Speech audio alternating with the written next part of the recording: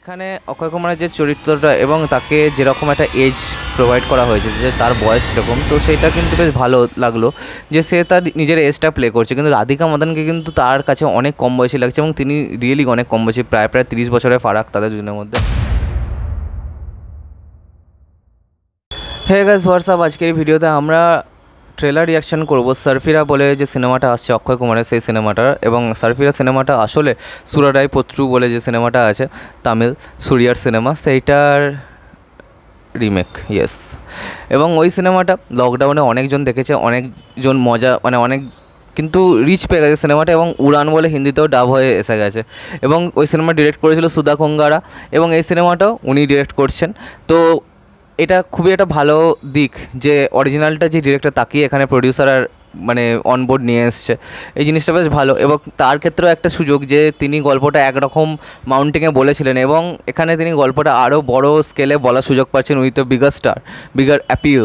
তো সেই ব্যাপারটা বেশ ভালো।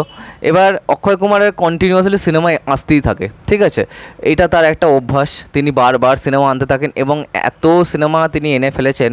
এতে করে প্রবলেমটা কোথায় হয় যে দর্শকের মধ্যে না সেই ইন্টারেস্টটা থাকে না, যে একজন অভিনেতা যে সিনেমাটা আমি দেখবো সেই ইন্টারেস্টটা থাকে না, সেটা চলে যায় কোথাও।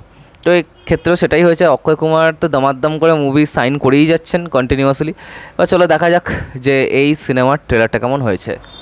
1 2 3 स्टार्ट। मेरा नाम वीर मात्रे है। ओके। मैं जरंदेश्वर के पास एक गांव से हूँ। मैं गर्दन तक कर्जे में डूबा हुआ हूँ। अगर भूल से भी पैसा आता है तो वो कर्जा देने में चला जाता। मुझे कुछ नहीं है तुम्हारे पास। आइडिया है, बिजनेस आइडिया। निकला खिलाड़ी। मिनिस्टर साहब अभी बिजी है, कल पक्का। सर मेरे पास आपके 100 कार्ड है। मैंने 1000 छपा है। अब एक बार मेरा प्रपोजल देख तो लीजिए सर। फोटो किसकी है? इधर हर जगह लगी हुई है। हरेश गोस्वामी, हिंदुस्तान की सबसे बड़ी एयरलाइन बनाई उसने। अरे सीधे मुंह बात तक नहीं करते हैं वो। 10 फीट के रेडियस में जाके दिखाओ। लगी sir. Hello sir, You want to start an airline? Hindustan की पहली लो कॉस्ट एयरलाइन सर, अगर आप चाहें। अगर मैं चाहूँ तो पब्लिक टॉयलेट साफ करने वाले हमारी बगल में आके बैठे,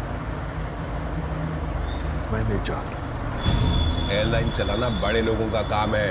तुम गांव जाओ और अपनी गाय भैंस चलाओ। कहाँ चील गिरती बीच में अपनी छोटी सी चोंच घुसा रहे हो? तुम कौन हो? वो आम आदमी जो आप जेब में 1 रुपया लेकर भी उड़ने का सपना देख सकता है। 1 रुपए का फ्लाइट टिकट। क्या आप लोगों के जान की कीमत सिर्फ 1 रुपया? सर मुझे बस एक मौका चाहिए सर। सर मैं चाहता हूँ आम आदमी आसमान छू सके सर।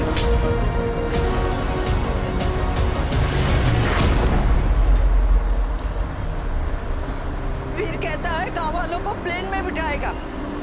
हर पंछी जिसके पर होते हैं जरूरी नहीं कि वो उड़ सकता है। वो जो कहता है करके दिखाता है। करेगा ना? बस चलो। खाना, पानी, बिजली, मेडिकल फैसिलिटीज की तरह लो कॉस्ट एविएशन भी हमारी तरक्की के लिए जरूरी है। मैं आम आदमी के लिए सिर्फ कॉस्ट बैरियर नहीं, कॉस्ट बैरियर भी तोड़ना चाहता हूँ।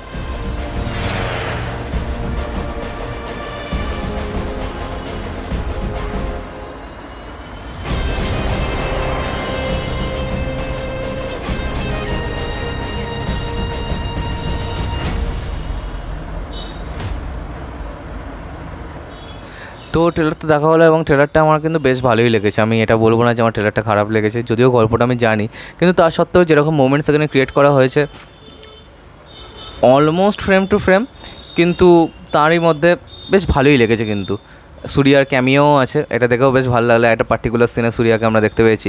এছাড়াও এখানে অক্ষয় কুমারের যে চরিত্রটা এবং তাকে যেরকম একটা এজ প্রোভাইড করা হয়েছে যে তার বয়স কীরকম, তো সেটা কিন্তু বেশ ভালো লাগলো যে সে তার নিজের এজটা প্লে করছে। কিন্তু রাধিকা মাদানকে কিন্তু তার কাছে অনেক কম বয়সী লাগছে এবং তিনি রিয়েলি অনেক কম বয়সী, প্রায় 30 বছরের ফারাক তাদের দুজনের মধ্যে। তো সেটা একটুখানি দেখলে ভালো হতো। কিন্তু তাছাড়াও আমার কিন্তু ট্রেলারটা কিন্তু বেশ ভালো লেগেছে, বেশ এন্টারটেনিং মনে হয়েছে। এবং যারা অ্যাসপিরেন্টস, যারা জীবনে কিছু করতে চায়, যারা বিজনেস করতে চায়, তাদের জন্য কিন্তু এই সিনেমাটা একটা খুব ফিল গুড একটা সিনেমা হবে, তারা কিন্তু খুব পছন্দ করবে। যদি অরিজিনালটাও তারা দেখে তাদের কিন্তু খুব ভালো লাগবে। তো সব মিলিয়ে এই যে ট্রেলারটা কিন্তু আমার বেশ ভালো লেগেছে, এবং দেখে মনে হচ্ছে যে মানে just another Akshay Kumar movie কিন্তু নয় এটা, ঠিক আছে। এইটার মধ্যে কিন্তু সেই অ্যাপিলটা আমি কোথাও না কোথাও খুঁজে পাচ্ছি। তো এবার চলো দেখা যাক যে এই সিনেমাটা কেমন হয়। অপেক্ষা করি 12ই জুলাই অবধি, খুব বেশি দিন নেই। তো আজকের মতো ভিডিওটা এখানে শেষ করছি। কমেন্ট করে জানাও যে তোমাদের কী রিয়াকশান এই ট্রেলারটাকে নিয়ে। সাবস্ক্রাইবটা প্লিজ করে দাও যাতে আমার সাথে তোমাদের আবার দেখা হয়। Bye bye.